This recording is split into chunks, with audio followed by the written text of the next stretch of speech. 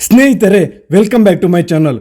ಇನ್ನು ಯಾರು ಸಬ್ಸ್ಕ್ರೈಬ್ ಆಗಿಲ್ಲ, ಸಬ್ಸ್ಕ್ರೈಬ್ ಆಗಿ ಲೈಕ್ ಮಾಡಿ, ಕಮೆಂಟ್ ಮಾಡಿ, ಶೇರ್ ಮಾಡಿ. ಸ್ನೇಹಿತರೆ, ಸುಳ್ಳು ಸುದ್ದಿಯನ್ನೇ ಸದಾ ವರದಿ ಮಾಡುವ ಪತ್ರಿಕಾ ವರದಿಗಾರ ನರಕಕ್ಕೆ ಹೋಗುವ ದಾರಿಯಲ್ಲಿ ಸ್ವರ್ಗದ ಬೋರ್ಡನ್ನು ನೋಡಿ ಕುತೂಹಲದಿಂದ ಇಣುಕಿ ನೋಡಿದ.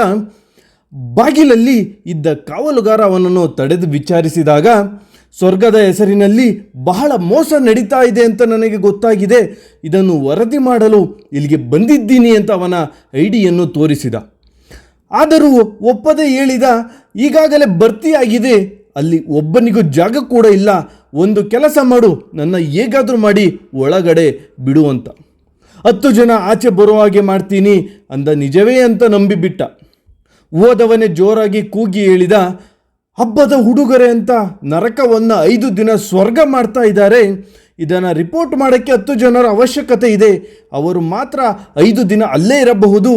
ಇದನ್ನು ಕೇಳಿದ್ದೆ ತಡ ಸತ್ಯವಾದ ವಿಷಯಗಳನ್ನೇ ವರದಿ ಮಾಡುತ್ತಿದ್ದ ಕಾರಣ ಸುಖವಾಗಿ ಸ್ವರ್ಗ ಸುಖ ಅನುಭವಿಸುತ್ತಿದ್ದ ಇವನ ಇಂದಿನ 20 ವರದಿಗಾರರು ಎಲ್ಲವನ್ನು ಮರೆತು ವರದಿ ಮಾಡುವ ಆಸೆ ಹೊತ್ತು ಓಡಿ ಹೋದರು. ಕಾವಲುಗಾರ ಇಷ್ಟು ಜನ ಹೋಗಿರಬೇಕಾದರೆ ನಿಜವೇ ಇರಬಹುದೆಂದು ತಾನು ಹೋದ. ಮೆತ್ತಿಗೆ ಈ ಸುಳ್ಳು ವರದಿಗಾರ ಸ್ವರ್ಗವನ್ನು ಸೇರಿದ. ಅವರೆಲ್ಲ ಪಾಪದ ನರಕವನ್ನು ಸೇರಿದರು. ಹೌದು ಸ್ನೇಹಿತರೆ, ನಮ್ಮ ಜೀವನದಲ್ಲಿ ಎಂತಹ ತೊಂದರೆ ಬಂದರೂ ಸಹ ನಾವು ಯಾವುದಕ್ಕೂ ಅಂಜದೆ ಅಳುಕದೆ ಯಾರಿಗೂ ಸಹ ಹೆದರದೆ ಬದುಕಬೇಕು.